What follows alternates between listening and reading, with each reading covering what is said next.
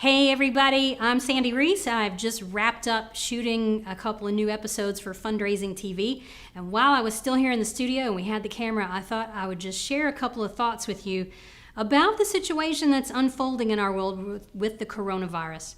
I know that it's been a weird week. There's been a lot happening. It's very unsettling. There's probably a lot of questions in your mind. There's a lot of people who are panicking. And so I wanted to share a couple of things with you that I want you to keep in mind. So you've probably heard everybody say this, but the first thing is we all got to not panic. We got to stay calm. We got to stay focused because it doesn't help anybody for us to freak out or have knee-jerk reactions or anything like that. So the first thing is take a breath. I know there's a lot going on and there may be things that are happening that are directly impacting you or your nonprofit. Just take a breath and think. When you can kind of settle yourself down, center yourself, you're going to be able to tap back into your resources and into your smart brain, and you're going to be able to think about solutions. So the number one thing is don't react, just pause and take a breath and think. The second thing is you've got to stay focused. If you have a fundraising plan, great, use it. That's what you need to be referring to.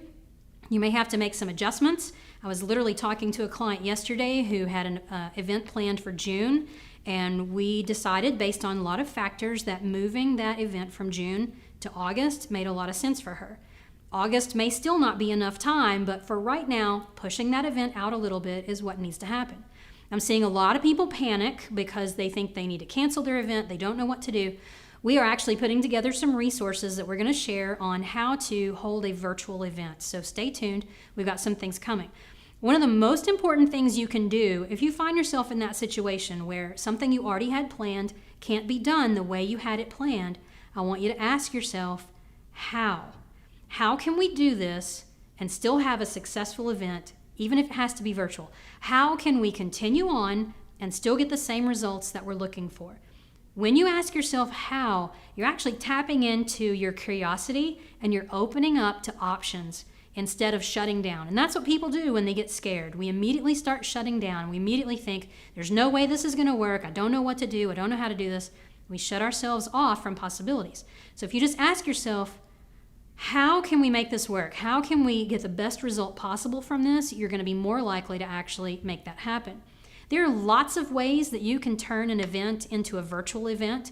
You can use all the tools you have available. You can live stream. You've got Facebook Live.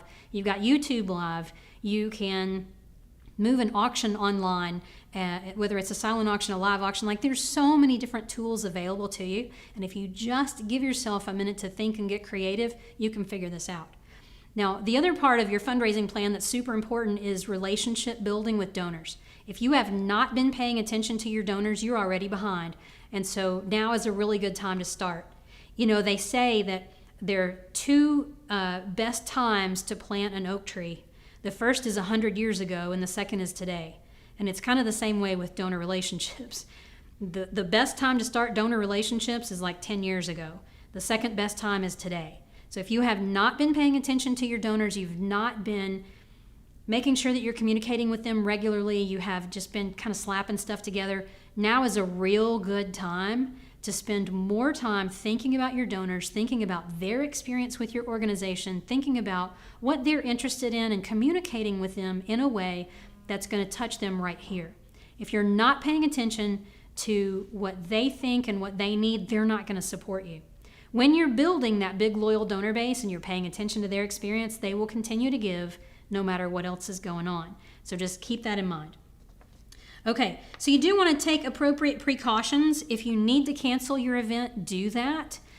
Don't automatically offer to refund tickets. I saw somebody do this just the other day and I thought, oh, I think you just lost an opportunity there.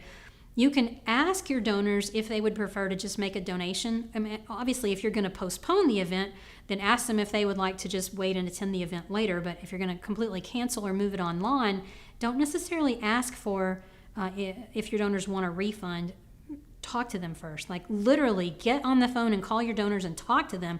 Call the people who have bought tickets to your event. See what they're interested in and what they might like. It might surprise you. Okay, and the other thing is, I want you to really think about the long game here. I know that this virus is going to impact all of us in one way, shape, or form. And you may think differently. I know a lot of people think this is it's a big, it's overblown, or it's this, that, or the other. I think either we're all going to be impacted because we or somebody we know is going to get sick, or we're going to feel the financial impact because of how other people behave. I mean, some of us have already experienced that. I don't know if you've been trying to buy toilet paper lately, but it can be a little bit of a trick. So if we play the long game and we stay very focused on that we are here, our organization is here to serve people, to serve animals, to serve the environment, and we're not going away just because this virus has come on the scene. We play the long game. We're here long term.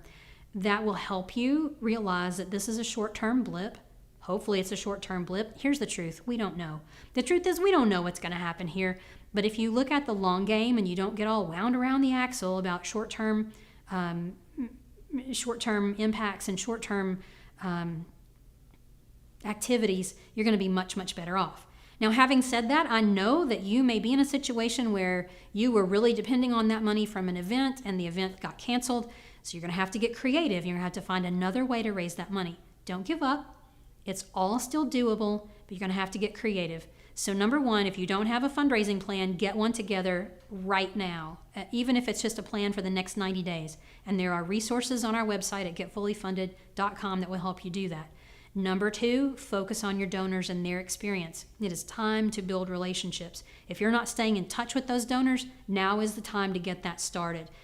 And that can be as simple as a phone call, an email. It doesn't have to be real fancy, but it does need to be sincere. So get that going, your fundraising plan, donor relationships, and then play the long game. If you have questions about your specific situation, I'm going to invite you to come and post those. You can go into our Facebook group, on our Facebook page. You can email us. However we can best serve you, we are here to do that.